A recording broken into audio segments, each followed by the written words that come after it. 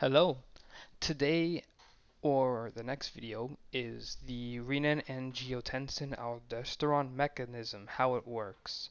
I know for sure that I will be mispronouncing these names throughout the entire video, so please forgive me on that.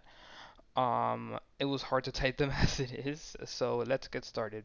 So what's the first step of this mechanism?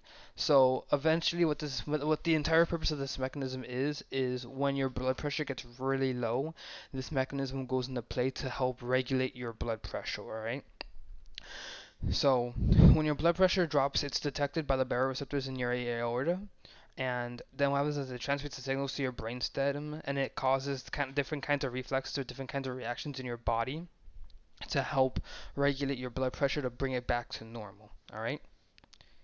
The first reflex or the first reaction is pretty much that the sympathetic fibers in your body cause the granular cells to secrete an enzyme called renin. Renin plays a big role because renin acts as an angiotensinogen, which is a protein in the plasma, to split off a 10 amino acid peptide called angiotensin 1.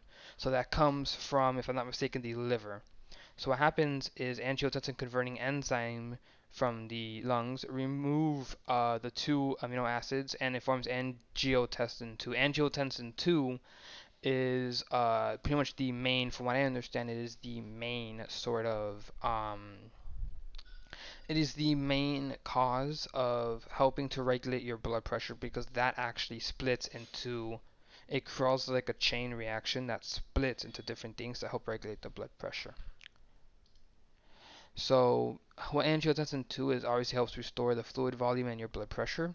So how it does it in several ways. So one of the ways that it does it is it acts as a potent vasoconstrictor, which can help raise the mean arterial blood pressure throughout your body.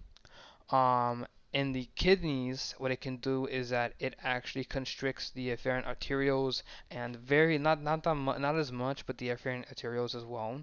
So by doing this, it raises the glomerular BP and the GFR. Angiotensin 2, this is a continued part of it.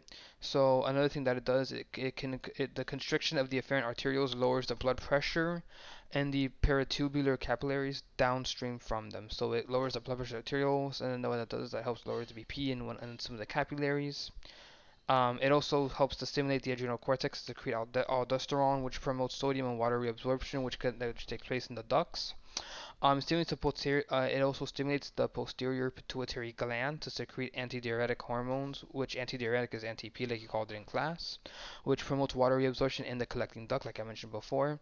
And the last thing it does is to stimulate the sense of thirst. So when you're thirsty, you drink water. When you drink the water, it helps to process it. Process it takes it into the water reabsorption, which in turn helps raise your blood pressure.